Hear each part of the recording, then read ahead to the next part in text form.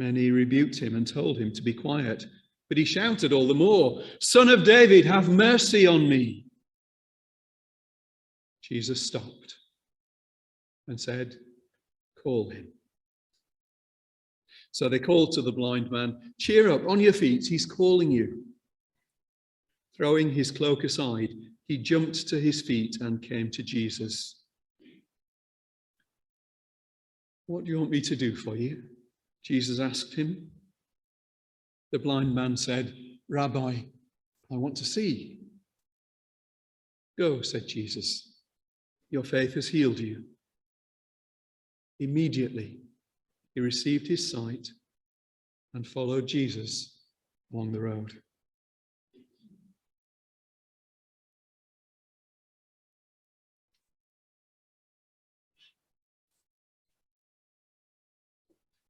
The answer to the question just seems so obvious. What do you want me to do for you? That you wonder why Jesus asked it. "I want to see," says Bartimaeus. "That's why I've been shouting for you."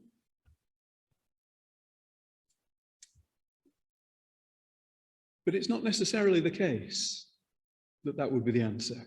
It's been my privilege over the course of my ministry to have had a number of people in my churches who've been blind. And as I was reflecting on this passage earlier this week in preparation for this morning, my mind went back to a couple called Peter and Carol, who were in my very first appointment when I was a naive 20-something minister. And Peter and Carol were a lovely Christian couple. And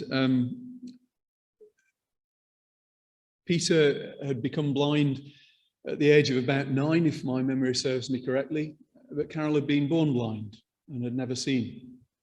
And I wouldn't like to guess how old they were, because that would be rude, but I know that now they've gone to glory. But Peter and Carol were such an inspiration to me and to others in the life of our church. We used to have on the pew where they sat our Mission Praise hymn book. You remember Mission Praise hymn books? And Carol read Braille, and she had a stack that high of Mission Praise hymn books because the pages were so big and so hefty, and she didn't have a whole Bible because she didn't have room in a flat, I don't think, for a whole Bible, but she had various sections of the Bible at home in great volumes of Braille type.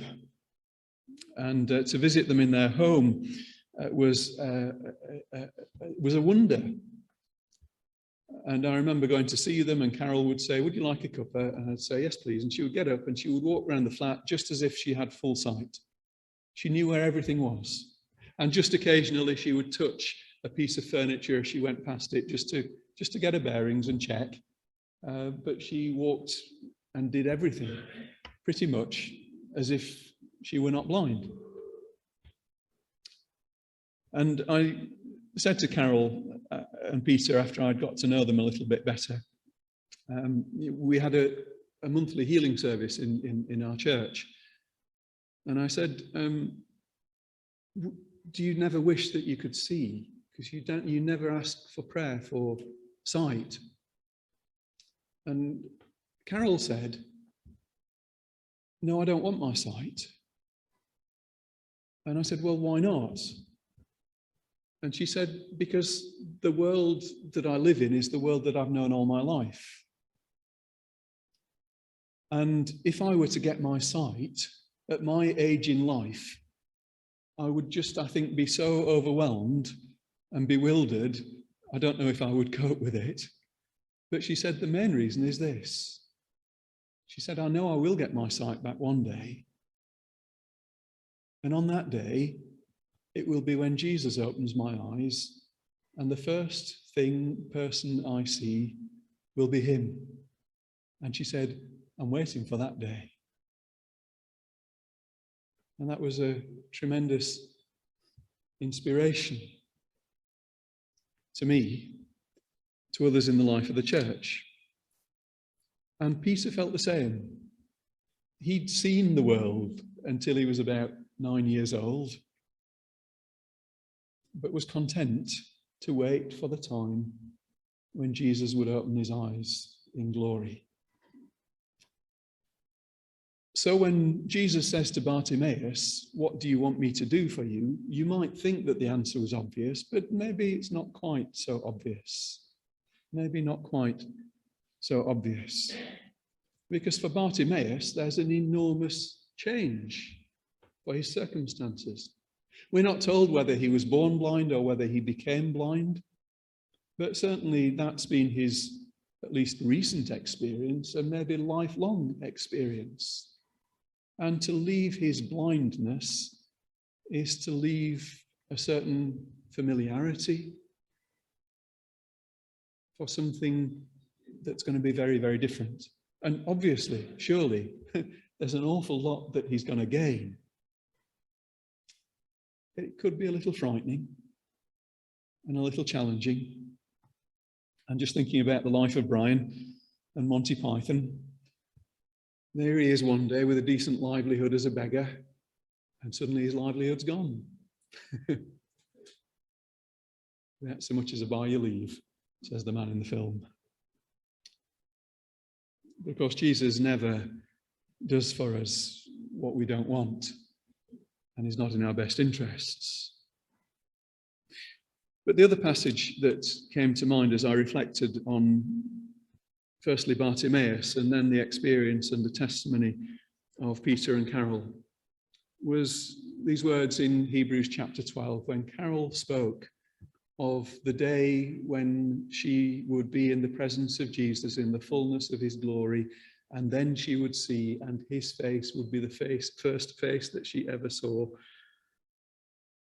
It reminded me of the writer to the Hebrews, who says, "Let's run with perseverance the race marked out for us, fixing our eyes on Jesus, the pioneer and perfecter of faith. For the joy set before him, he endured the cross, scorning its shame, and sat down at the right hand of the throne of God. Consider," he says, "him who endured such opposition from sinners, so that you will not grow weary and lose heart."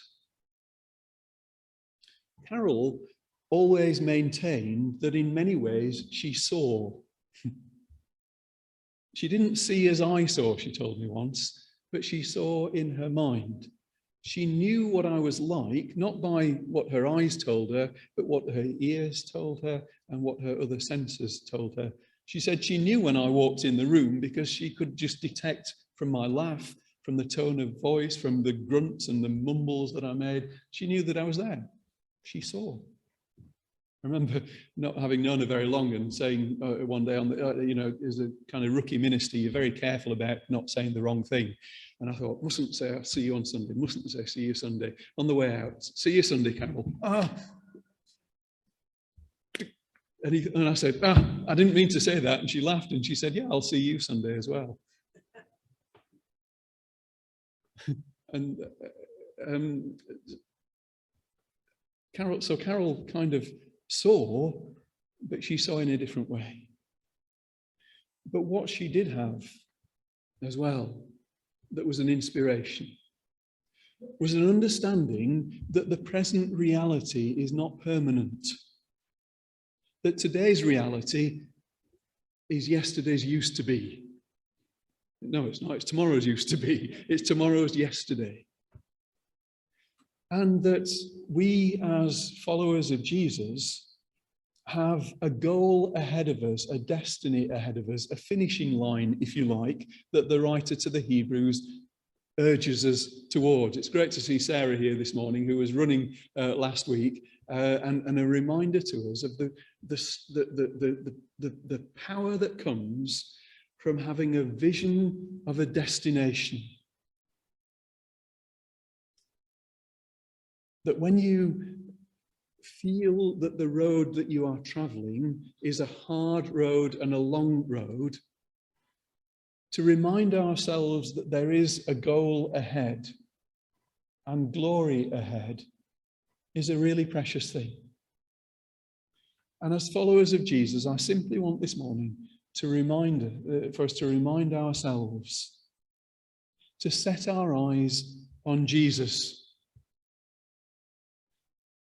Much as the world and all of its pressures and all of its challenges might clamour for our attention, that's not the whole story. There is a purpose and a destiny that God holds out for us in Jesus. And so, says the writer to the Hebrews, fix your eyes on him, so that whatever you endure in this world, even were it a cross, as Jesus did,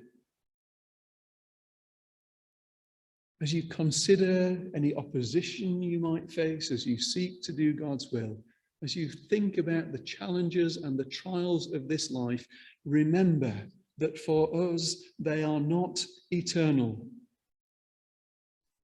It is Jesus and his resurrection life which is eternal. And we have to attend to the things of now and the things of this world, but they are not the whole story. And if you are feeling weary and struggling and battling, then lift your eyes. Fix them on Jesus. Let him be the focus of your attention, just for long enough to enable you to press on, to keep going.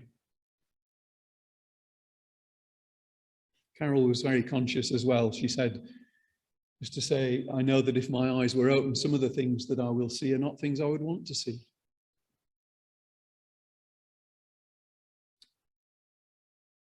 I see the sights that dazzle, the tempting sounds I hear, but Jesus, draw thou nearer and take away my fear. So we fix our eyes on him and remember that he is our ultimate goal, our destiny, and our purpose.